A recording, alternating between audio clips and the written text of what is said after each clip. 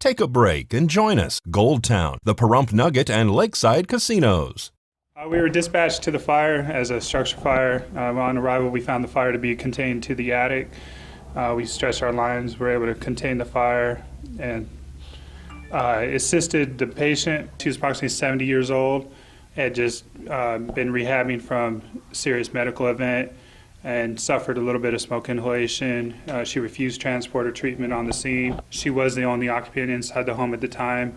She describes what she thought was someone walking on her roof and was able to get out of the house. To my knowledge, she was assisted by another individual. I had gotten out of work early that day for a doctor's appointment, and I had just gotten out of it and was on my way back down Calvada when I'd seen the white smoke coming up from the right side of the road there.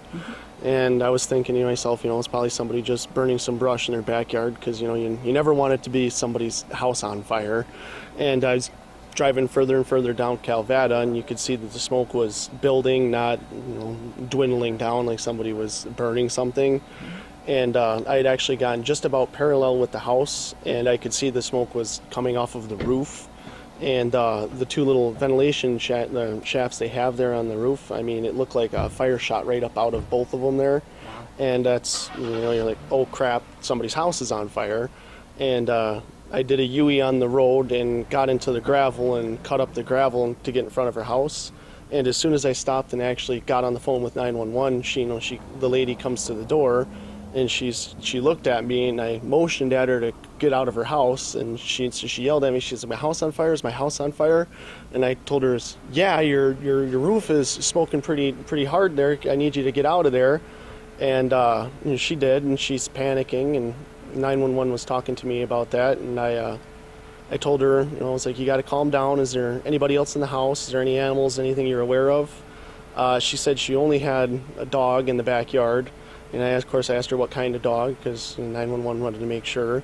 And she told me a Rottweiler, and you're thinking, oh boy, I don't want to deal with a panicking Rottweiler. But Ruby, her Rottweiler, turned out to be a big old sweetheart. Cause of the fire is still under investigation. We're unsure at this time. She didn't see flames inside her residence. She says she did not have any smoke until she opened the front door, saw the smoke near the front door, and that's when she saw the passerby and asked for assistance in getting the rest of the way out of the home. Quite a bit of damage. The fire was able to burn through the entire attic before we were able to suppress it, based on the fact that it had probably been burning for a little while before anybody even knew.